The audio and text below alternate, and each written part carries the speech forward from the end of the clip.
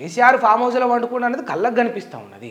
KCR form హౌస్లో పడుకోవడం తప్పు అని మనందరికీ తెలుసు. ఎందుకంటే ఒక 10 ఇయర్స్ నీకు ఈ తెలంగాణ రాష్ట్ర ప్రజలు నీకు అధికారాన్ని అంటగట్టినప్పుడు as a ex chief minister 10 ఏళ్ళు పాలించిన వ్యక్తిగా నీకు కనీస బాధ్యత ఏంటంటే ప్రతిపక్ష నాయకుడిగా నువ్వు వచ్చి ప్రశ్నించాలి.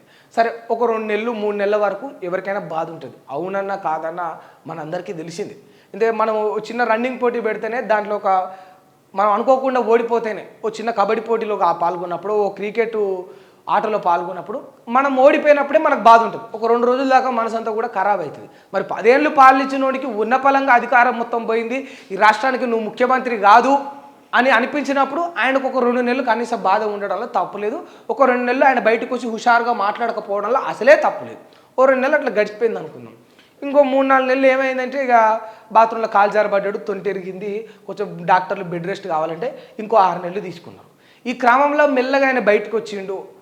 ఇక నల్లగొండ సబోటి మెల్లగా పెట్టిండ్రు, మన నీళ్లు పోతున్నాయి, నిధులు పోతున్నాయి, రాష్ట్రాన్ని ఆంధ్రప్రదేశ్కి అమ్ముతున్నాడు అని చెప్పేసి ఆడ పెట్టి ఓ 2 మాటలు ఏమన్నారంటే, ఒక ఏడాది టైం ఇస్తా, ఏడాది ఎవరికైనా టైం ఇవ్వాలి,